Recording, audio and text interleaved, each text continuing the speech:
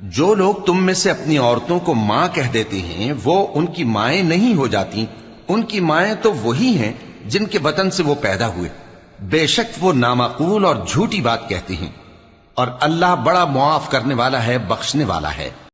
السلام علیکم۔ سورت نمبر 58 آیت نمبر 1۔ یقیناً اللہ تعالیٰ نے اس عورت کی بات سنی جو تجھ سے اپنے شوہر کے بارے میں تکرار کر رہی تھی اور اللہ کے آگے شکایت کر رہی تھی۔ اللہ تعالیٰ تم دونوں کے سوال و جواب سن رہا تھا۔ بے شک اللہ تعالیٰ سننے دیکھنے والا ہے۔ یہ پورا جو بیان ہے واقعہ ہے، ضرور سنیے۔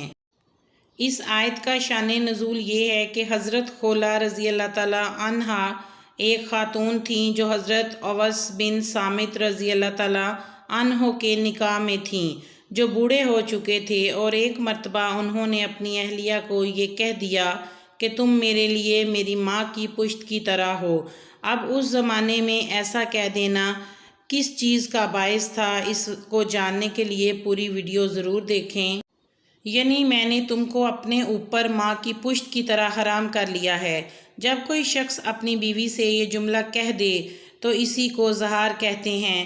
اسلام سے پہلے زہار کے نتیجے میں میاں بیوی ہمیشہ کے لیے جدا ہو جایا کرتے تھے اور پھر ان کے ملاپ کا کوئی راستہ باقی نہیں بچتا تھا۔ یہی پریشانی ان دونوں میاں بیوی کے درمیان بھی آ چکی تھی۔ اگرچہ حضرت اوس بن صامت رضی اللہ تعالیٰ عنہ یہ جملہ جذبات میں آ کر کہہ تو گئے تھے، لیکن بعد میں شرمندہ ہوئے تو یہ خاتون پریشان ہو کے حضور اقدس صلی اللہ علیہ وآلہ وسلم کی خدمت میں آئیں اور آپ سے پوچھا کہ اس صورتحال کا کیا حکم ہے۔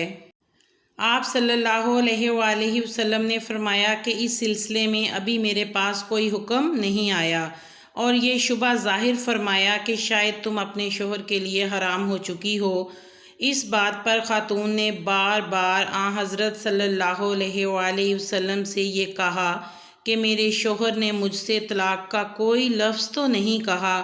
اگر انہوں نے کوئی طلاق کا لفظ استعمال نہیں کیا تو کیا یہ جملہ کہنے سے ہم دونوں میں علیحدگی ہو جائے گی؟ ان کے اسی بار بار کہنے کو آیت میں بحث کرنے سے تعبیر فرمایا گیا ہے، اور اس کے ساتھ ہی انہوں نے اللہ تعالیٰ سے فریاد شروع کر دی کہ یا اللہ، میں آپ سے فریاد کرتی ہوں، میرے چھوٹے چھوٹے بچے ہیں جو ضائع ہو جائیں گے، یعنی کہ اگر ہم دونوں میاں بیوی کے درمیان علیحدگی ہو گئی تو بچوں کی جو پرورش ہے وہ نظر انداز ہوگی اور متاثر ہوگی۔ اس طرح جو بچے ہیں وہ راہ سے بھٹک جائیں گے۔ پھر آسمان کی طرف سر اٹھا کر بار بار کہتی رہیں، یا اللہ، میں آپ سے فریاد کرتی ہوں۔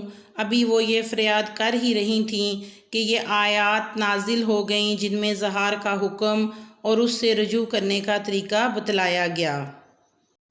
یعنی ایسا کہنا گناہ ہے، لیکن اگلے ہی جملے میں اشارہ فرما دیا گیا کہ اگر کوئی اس گناہ سے توبہ کر لے تو اللہ تعالیٰ اسے معاف فرما دیں گے۔ سورت نمبر 58 آیت نمبر 2 کا یہ ترجمہ ہے جس میں اللہ تعالیٰ نے یہ ارشاد فرمایا ہے۔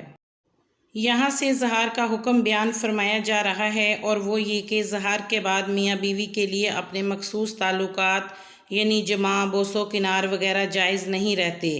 البتہ زہار سے رجوع ہو سکتا ہے، یعنی کہ وہ میاں بیوی والے تعلقات تو قائم نہیں کر سکتے لیکن واپسی کا ذریعہ ضرور ممکن ہے، جس کے بعد میاں بیوی والے تعلقات بحال ہو جاتے ہیں، لیکن اس کے لیے کفارہ ادا کرنا ضروری ہے۔